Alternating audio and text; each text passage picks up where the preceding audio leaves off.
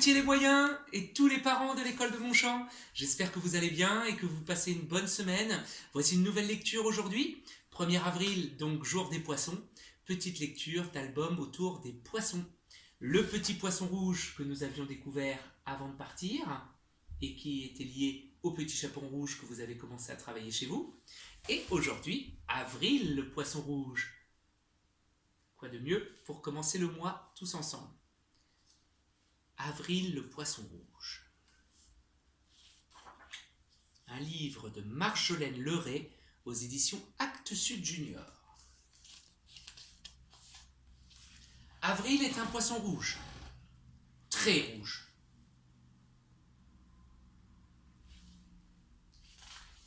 Ce n'est pas un légume, ni un poisson clown.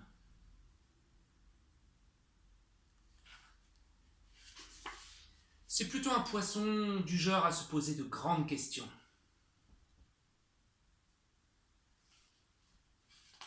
Être ou arrête? C'est qu'il a eu une adolescence difficile.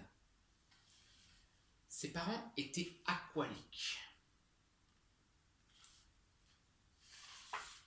Depuis, ils sont passés à autre chose.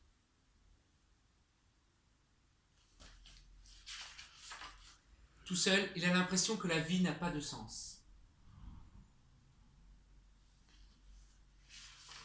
Une fois, il a même essayé d'en finir, ça n'a pas marché. Mais Avril ne compte pas rester dans son bocal. Il rêve d'évasion.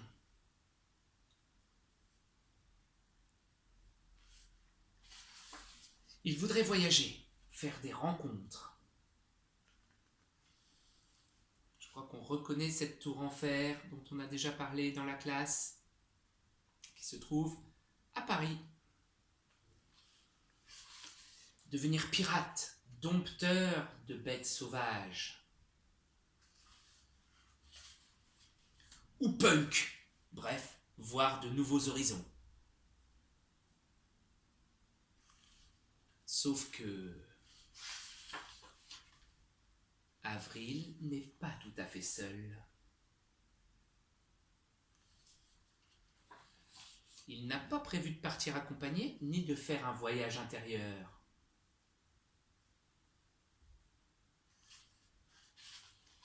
Alors Avril a une grande idée. D'abord, surprendre l'ennemi. Ensuite, le capturer.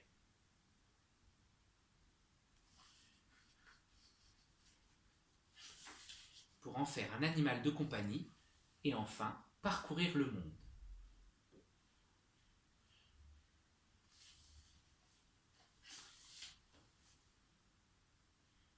Voilà, c'était Avril le poisson rouge. Et puisque nous parlons de poisson rouge, aujourd'hui, petite relecture du petit poisson rouge d'Éric Battu.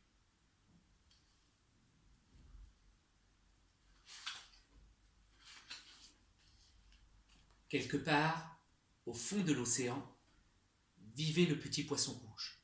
On l'appelait ainsi car il était tellement timide qu'il rougissait à tout moment, qu'il était rouge tout le temps.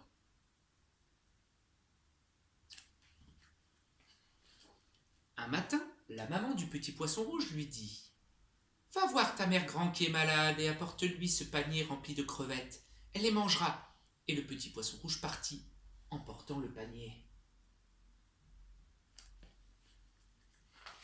À peine le petit poisson rouge avait-il commencé le voyage qu'il rencontra compère requin.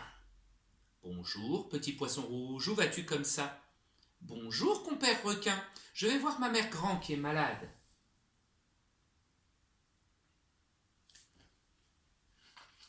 Compère requin aurait bien croqué le petit poisson rouge, mais des poissons-ci travaillaient par ici.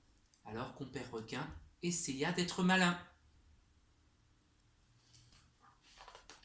Compère requin s'exclama « Allons tous les deux voir ta grand-mère, mais prenons un chemin différent. »« D'accord, répondit le petit chaperon rouge. Mère grand habite au-delà du galion, à côté du premier rocher marron. »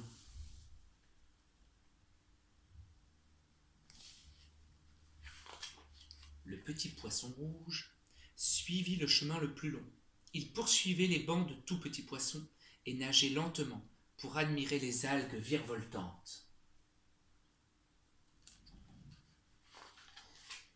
Compère Requin prit le chemin le plus court. Nageant à toute vitesse, il dépassa le galion et arriva le premier devant la maison de la mère Grand.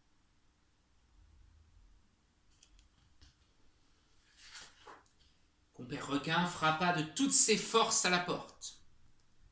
Elle s'ouvrit et Compère Requin se précipita à l'intérieur.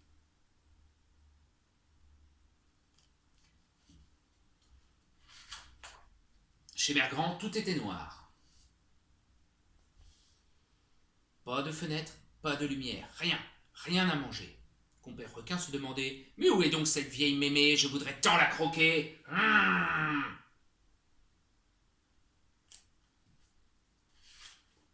À son tour, le petit poisson rouge arriva devant la maison. Il frappa timidement à la porte qui s'ouvrit. Puis le petit poisson rouge pénétra chez sa mère Grand malade.